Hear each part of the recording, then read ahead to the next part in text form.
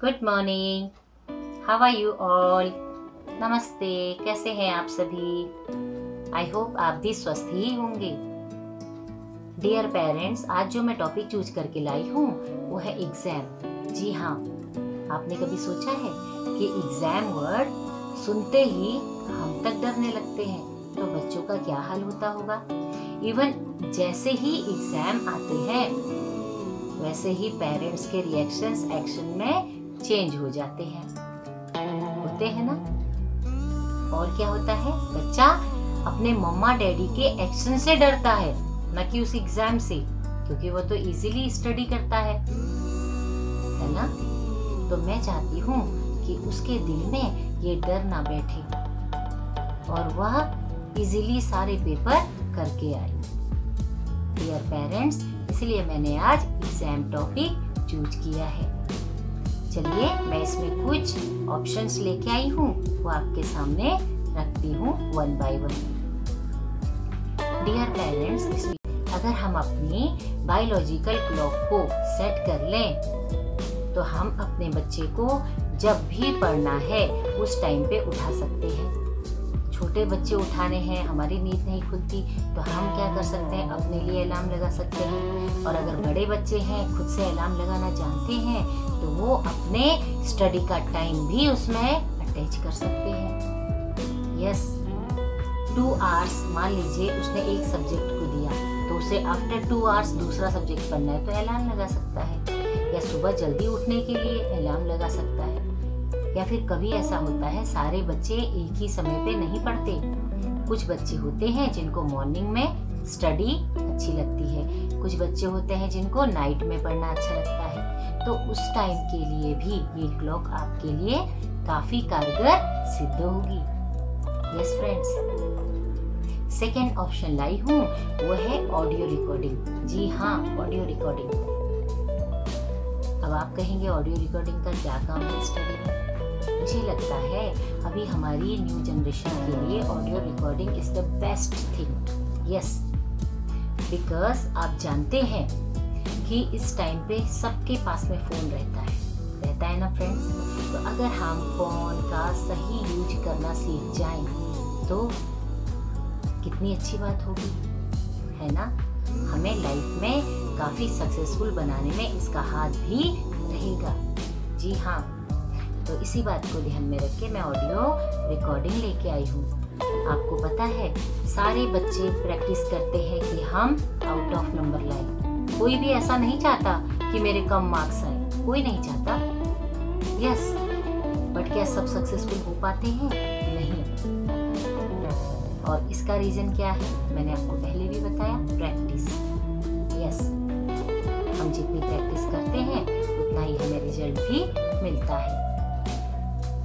Dear parents, आपने देखा होगा कि कुछ स्टूडेंट्स सारे क्वेश्चन याद करने की कोशिश करते हैं और उनको याद करने में वो क्या करते हैं, जो क्वेश्चन नहीं आता उसे बार बार रटते हैं, रटंती विद्या, है ना, वो करते हैं। तो उन्हें वो सब नहीं करना है, बार बार रटना नहीं है। क्या करना है डियर स्टूडेंट्स, सुनिए। आप क्या करिए, अगर मान लीजिए आपको 10 क्वेश्चंस याद करने हैं, उसमें से आपको 6 आते हैं और 4 नहीं आते, तो आप 4 क्वेश्चंस को छोड़ दीजिए, उसके फ्रंट में लिखिए VS। Yes, VS means very simple. हमें उन क्वेश्चन को डिफिकल्ट नहीं बनाना है, क्योंकि हम अपनी सोच से ही तो बने हैं। हम जैसा सोचते हैं वैसे ही बन जाते हैं। अब अगर वहाँ पर डिफिकल्ट आपने लिख दिया तो वो आपको याद भी नहीं होगा फ्रेंड्स, काफी डिफिकल्टी आएगी। इसलिए मैंने ये चूज किया कि आप उसके आगे जो क्वेश्चन आपको नहीं आ रहे हैं उसके आगे VS लिखिए, और जो आपको 6 क्वेश्चंस आ रहे हैं उनको अच्छे से पूरी तरीके से 2 घंटे में प्रिपेयर कर लीजिए। जी, इससे आपको काफी मदद मिलेगी। आपके 6 क्वेश्चंस परफेक्ट हो जाएंगे for the exam. Yes, and 4 question जो आपको नहीं आ रहे हैं, जिसमें आपने आगे लिखा था VS, उन क्वेश्चंस को अपने वॉइस में रिकॉर्ड कर लीजिए। अगर आप अपने वॉइस को बार बार सुनेंगे तो वो आपको भी याद हो जाएंगे फ्रेंड्स। यस, यही है सही यूज करना फोन का, कैसे हम सही यूज करें, यही यूज बता रही थी मैं आपको। नेक्स्ट मैं आपके लिए लेके आई हूँ वो है पेपर राइटिंग प्रैक्टिस। जी हाँ, कैसे पेपर राइटिंग प्रैक्टिस कर सकते हैं? आप 5 साल के पेपर को सॉल्व करिए फ्रेंड्स। यस स्टूडेंट्स, 5 इयर्स के पेपर अगर आप सॉल्व करते हैं तो आपको कोई नहीं रोक सकता फुल मार्क्स लाने से। जी हाँ, आपको क्या करना है, उनको डेली बेसिस पे प्रैक्टिस करनी है, जिससे आप अपने नंबर भी ला पाएंगे और आपको सम्स भी याद हो जाएंगे। आपने देखा होगा, अगर हम कोई चीज को डेली बेसिस पे करते हैं तो हम उसे कभी नहीं भूलते। अगर हम वीकली उसको तैयारी में लगते हैं, उसको तैयार करने में लगते हैं, तो हम उसको कहीं ना कहीं भूल जाते हैं। तो इसीलिए मैं आपको डेली बेसिस पे इसके लिए रिकमेंड करती हूँ फ्रेंड्स। नेक्स्ट है avoid addiction of mobile phone, TV and games, जो सबसे बड़ा एडिक्शंस है। यस, आज के समय में बच्चे कुछ भी देखते रहते हैं और हम पेरेंट्स उनको बोलते रहते हैं कि आप ये मत करिए, वो मत देखिए, ये मत करिए। इसके लिए हम क्या कर सकते हैं? मैं स्टूडेंट्स से रिक्वेस्ट करना चाहती हूँ, उनको बोलना चाहती हूँ कि डियर स्टूडेंट्स, अगर आप लाइफ में कुछ बनना चाहते हैं, कुछ करना चाहते हैं, तो प्लीज ये एडिक्शन से बचिए और खुद को सेव करिए। डियर स्टूडेंट्स, आप क्या करिए, आपके जो स्टडी टेबल्स है उसके मान लीजिए जैसे स्वामी विवेकानंद है ना, और APJ अब्दुल कलाम है, इनके पोस्टर्स लगा दीजिए, जिससे जब आप बैठे तो खुद से पूछिए, जब ये अपनी लाइफ में कर सकते हैं तो क्या मैं नहीं कर सकता? ये उस टाइम पे कर सकते हैं जब इतनी सारी अपॉर्चुनिटी नहीं थी, उस टाइम पे करते थे और खुद को उन्होंने प्रूफ किया, क्या मैं नहीं कर सकता? और खुद से बोलिए I can do this, yes मैं कर सकता हूँ, और पूरे मोटिवेशन के साथ में बैठ करके पूरे विद फोकस आप अपनी स्टडी में लग जाइए। इससे आपको काफी हेल्प मिलेगी फ्रेंड्स। यहाँ पर मेरा वो है रिवीजन डेली बेसिस। अब आप बोलेंगे कि मैं पेपर भी सॉल्व करूँ और रिवीजन भी करूँ।